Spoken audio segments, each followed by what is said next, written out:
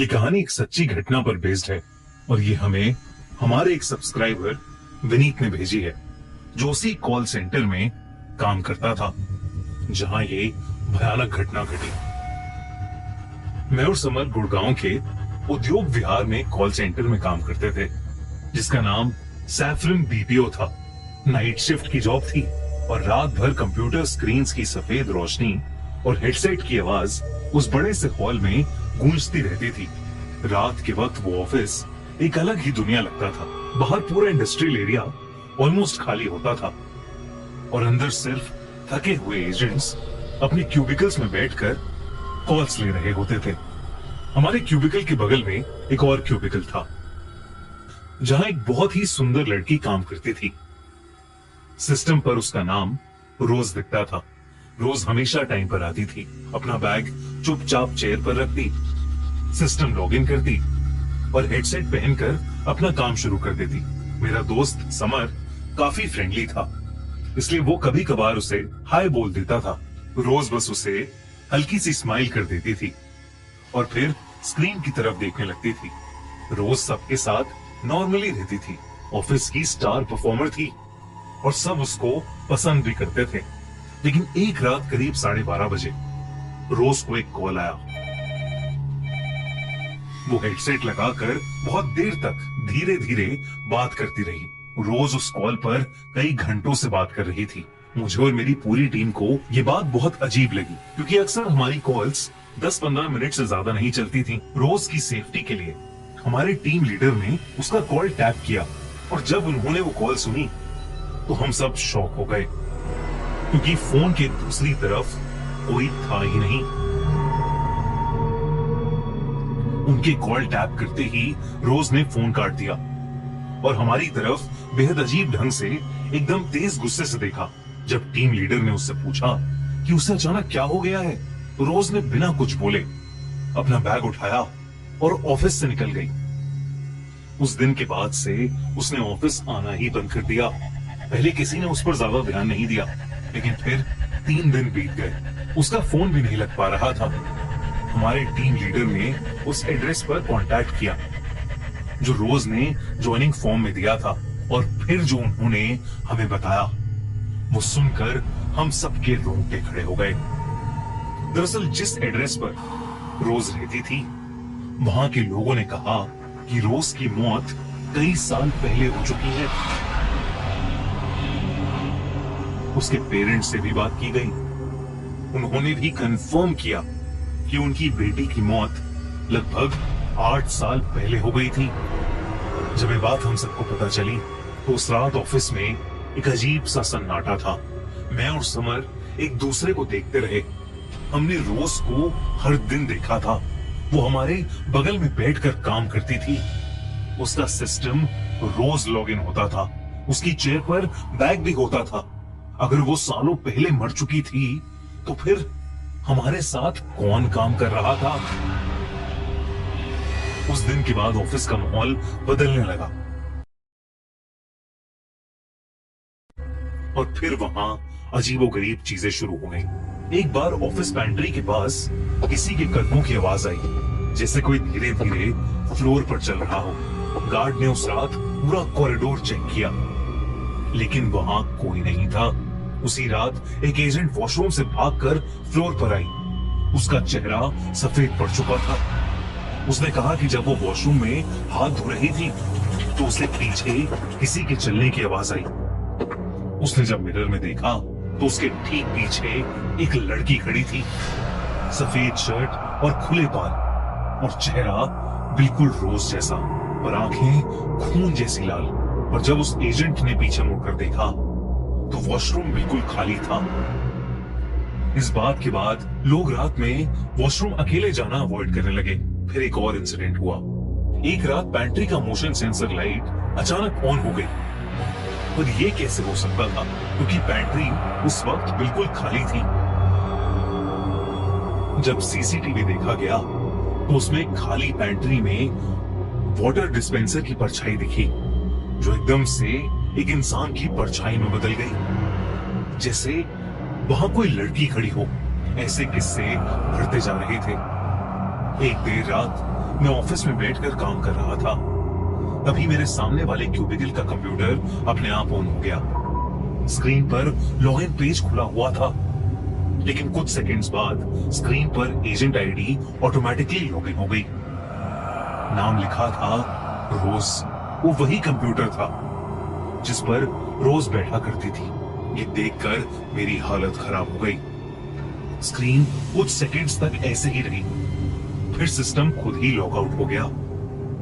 अगले दिन मैंने ये बात समर को बताई, लेकिन समर को इन सब बातों पर बिल्कुल विश्वास नहीं था, या यूं कहो कि वो इन सब बातों पर विश्वास करना नहीं चाहता था। लेकिन फिर वो रात आई जिसने समर को एहसास दिला दिया कि ये सब चीजें किसी का वहम नहीं बल्कि सच में एग्जिस्ट करती हैं। उस रात मैं लीव पर था। समर नाइट शिफ्ट पर गया हुआ था। रात के करीब 3 बज रहे थे। शिफ्ट बस खत्म ही होने वाली थी कि अचानक समर को एक कॉल आया, जिसे सुनते ही वो चौंक उठा। Hello, Rose this side, how can I help you? फोन की दूसरी तरफ रोज की आवाज थी। समर अचानक से घबरा गया और उसने तुरंत फोन कट कर दिया। तभी उस कॉल सेंटर की लाइट्स फ्लिकर करने लगी और अपने आप बंद हो गईं। सबको लगा कि कोई पावर फेलियर हो गया है, तो लोग ब्रेक लेने के लिए नीचे चले गए। और समर घबराया हुआ था। वो अपनी सीट पर बैठा उसी कॉल के बारे में सोच रहा था। तभी ऑफिस की खिड़की से आती हुई हल्की सी रोशनी में समर को दिखा कि उसके सामने वाली चेयर अपने आप गोल घूम रही है। वो वही चेयर थी जिस पर रोज बैठा करती थी। समर ये देखकर बेहद घबरा गया। वो अपने आप को शांत करने पैंट्री में पानी पीने गया, पर वहां जो हुआ उससे उसका दिल दहल गया। जब वो वाटर कूलर से पानी ले रहा था, तब अचानक उसे लगा कि जैसे उसके पीछे कोई लड़की खड़ी है। हाय समर, तुम तो मुझे भूल ही गए। उस लड़की ने कहा। उस अंधेरे में समर ने पीछे देखा तो उसे 2 लाल आंखें और बिखरे हुए बाल दिखे। उसे वो चेहरा बहुत जाना पहचाना लग रहा था, जैसे वो रोज हो। तभी ऑफिस की लाइट वापस आ गई।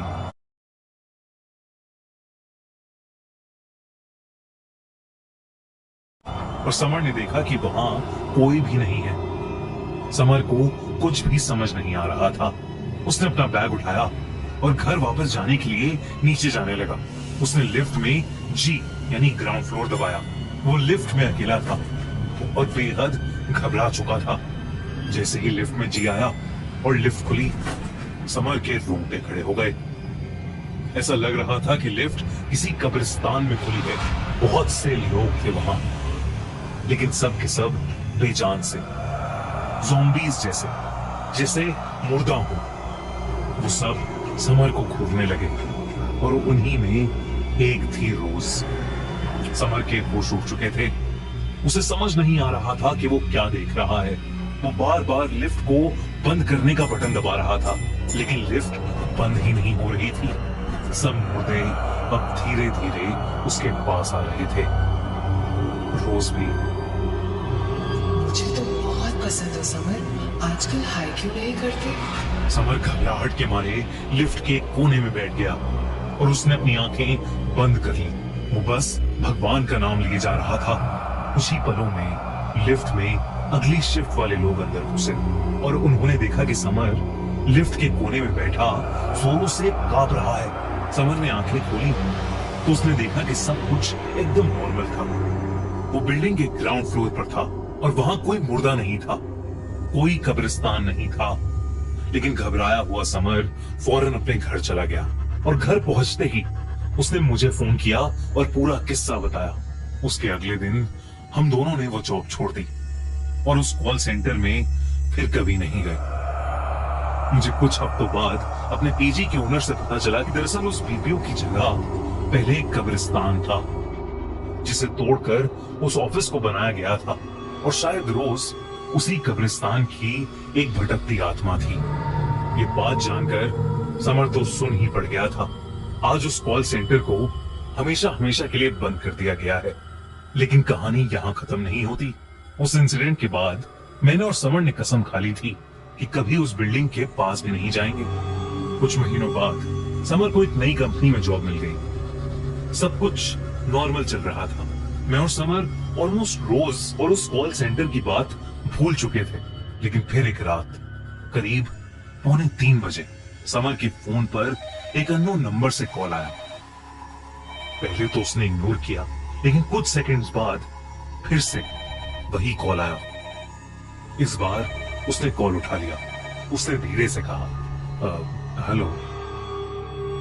कुछ पल तक पूरी खामोशी रही। फिर अचानक हेडसेट की हल्की सी स्टैटिक साउंड आई और एक बहुत ही पहचानी हुई आवाज। Hello, Rose this side, how can I help you? ये सुनकर समर के हाथ से फोन लगभग गिर गया, क्योंकि जिस नंबर से कॉल आया था वो किसी और का नहीं, सैफरन बीपीओ के उस बंद पड़े कॉल सेंटर के लैंडलाइन का नंबर था।